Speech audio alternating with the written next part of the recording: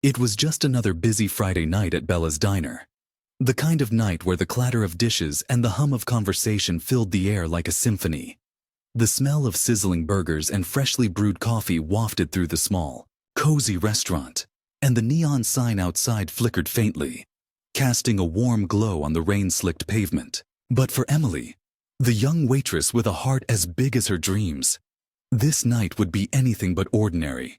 She had no idea that her life was about to change forever, all because of a simple act of kindness that would cost her everything, or so she thought. Emily had been working at Bella's for 3 years, ever since she moved to the city with nothing but a suitcase and a determination to make something of herself. She wasn't just a waitress. She was the kind of person who remembered every regular's favorite order, who stayed late to help clean up when the kitchen was short-staffed, and who always had a smile on her face, even when her feet ached and her tips were slim. But tonight, something felt different. There was a tension in the air, a quiet unease that she couldn't quite put her finger on. Maybe it was the way the new customer in the corner booth kept glancing around, his eyes sharp and observant, as if he were studying the place. Or maybe it was the way her manager, Karen, had been unusually quiet all evening, her lips pressed into a thin line as she barked orders at the staff. The man in the corner booth was a mystery. He looked ordinary enough, mid-40s, dressed in a plain button-down shirt and slacks. But there was something about him that didn't quite fit. He didn't seem like the usual crowd that frequented Bella's. He didn't smile when Emily brought him his coffee, and he barely touched his food, instead scribbling notes in a small notebook he kept tucked under the table. Emily tried not to stare, but she couldn't shake the feeling that something was off. Still, she did what she always did. She treated him with the same warmth and care she showed every customer. When he spilled his coffee, she was there in an instant with a fresh cup and a reassuring smile. When he asked about the specials, she patiently explained each dish, even though he seemed distracted.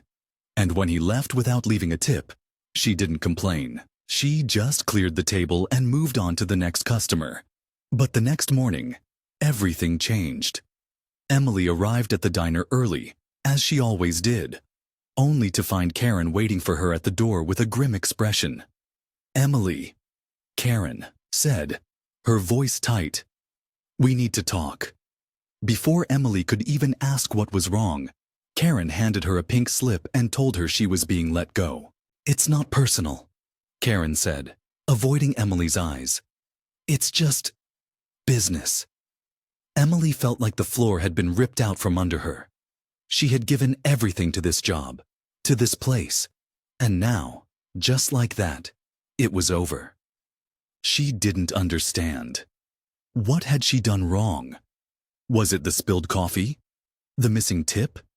She wanted to ask, to fight back, but the words caught in her throat. All she could do was nod, hand over her apron, and walk out the door. Her heart heavy with confusion and hurt. As she stepped outside, the morning sun felt harsh and unwelcoming. She didn't know what she was going to do next. How would she pay rent? How would she survive? But just as she was about to call her best friend to break the news, her phone buzzed with an unknown number. She hesitated, then answered. "Emily," a familiar voice said on the other end. It was the man from the corner booth. "Meet me at the diner in an hour," he said, his tone firm but not unkind. "There's something you need to know." Emily's mind raced. Who was this man? What did he want? And why did he sound so important? She didn't have answers, but something deep inside told her to go. This wasn't the end of her story. It was only the beginning. When she arrived back at Bella's, the diner was closed. The lights dimmed. The man was waiting for her at the same corner booth, his notebook now open on the table. He gestured for her to sit, and as she did, he leaned forward, his eyes locking onto hers. "Emily," he said, "you're probably wondering why you're here." She nodded, her heart pounding. "What you don't know," he continued, "is that I'm not just a customer. I'm the owner of this diner. And last night, I wasn't here to eat. I was here to see how my business was really being run. Emily's breath caught in her throat. The owner? This whole time? What you did last night, he said, his voice softening, showed me something I haven't seen in a long time. Integrity, kindness, leadership. And that's why, as of today, I'm offering you a new position. Not as a waitress, as the manager of Bella's diner. Emily stared at him, her mind reeling. Manager? Her? It didn't make sense. Just hours ago she'd been fired, and now, this? But before she could respond, the man stood up, extending his hand. Take some time to think about it, he said, but know this, you've earned it. And with that, he walked out, leaving Emily alone in the empty diner, her future hanging in the balance. What would she do? Could she really step into this new role? And what about Karen? The question swirled in her mind, but one thing was clear. Nothing would ever be the same again. Emily sat in the corner booth for what felt like hours, though it was probably only minutes. Her hands trembled as she clutched the edge of the table, her mind spinning with questions she couldn't quite put into words. The diner was eerily quiet now. The usual hustle and bustle replaced by an unsettling stillness. The faint hum of the refrigerator in the kitchen and the occasional drip of the coffee machine were the only sounds breaking the silence. She stared at the empty seat across from her, where the man, the owner, had been sitting just moments ago. His words echoed in her mind. You've earned it. But earned what, exactly? A promotion? A second chance? Or something much bigger than she could even imagine? She thought back to the night before, replaying every interaction she'd had with him. Had she said something wrong? Done something she shouldn't have? No. She'd been her usual self. Friendly, attentive, and maybe a little too eager to please. But if that was the case, why had Karen fired her? And why had the owner stepped in so quickly to offer her this new role? None of it made sense. Emily had always known that Bella's Diner was part of a larger chain, but she'd never given much thought to who owned it. The owner was just a faceless figure, someone who signed paychecks and made decisions from a distance. She'd never expected to meet him, let alone be offered a job by him. And yet, here she was, sitting in the same booth where it had all started, trying to piece together a puzzle she didn't even know she was a part of. As she sat there, her thoughts drifted to Karen. Emily had always had a complicated relationship with her manager. Karen was tough, no nonsense, and often seemed to take her frustrations out on the staff. But Emily had always tried to see the best in her. She knew Karen had been with the diner for over a decade, working her way up from a waitress to a manager. She'd always assumed Karen was just doing her job, trying to keep the place running smoothly. But now, she wasn't so sure. Had Karen known about the owner's visit? Was that why she'd been so on edge last night? And if so, why had she fired Emily? Was it some kind of power play? Or was there something else going on that Emily didn't understand? The more she thought about it, the more questions she had. She pulled out her phone, her fingers hovering over Karen's number. Should she call her? Ask her what was going on? But something stopped her. If Karen had fired her without explanation, she probably wouldn't give her one now. And besides, what would she even say? Hey Karen, I just got offered your job. Care to explain? No, that wouldn't go over well.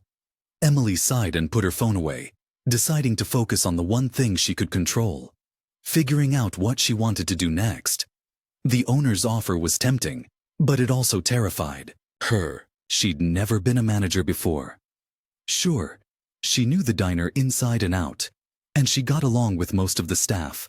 But running the place? That was a whole different story. What if she messed up? What if she couldn't handle the pressure? And what about the other employees? How would they react to her suddenly being in charge? She thought about Maria, the head cook who had been at Bella's even longer than Karen. Maria was kind but fiercely protective of her kitchen. Would she respect Emily's authority, or would she see her as just another inexperienced kid trying to play boss?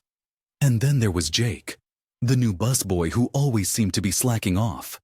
How would she deal with him if he didn't take her seriously? Emily's head was starting to hurt from all the questions swirling around in her mind. She needed to clear her head, to think things through without the weight of the diner's walls pressing down on her. She grabbed her bag and stood up, her legs feeling shaky beneath her. As she walked toward the door, she noticed something she hadn't seen before. A small framed photo hanging on the wall near the entrance. It was a picture of the diner from years ago, back when it first opened. The sign outside looked newer, the paint on the walls brighter, and the faces of the staff were filled with hope and excitement. Emily stared at the photo, wondering how many people had come and gone since then. How many stories had been written within these walls? And now, hers was about to become one of them. She stepped outside, the cool morning air hitting her face like a splash of water. The streets were still quiet, the city just beginning to wake up.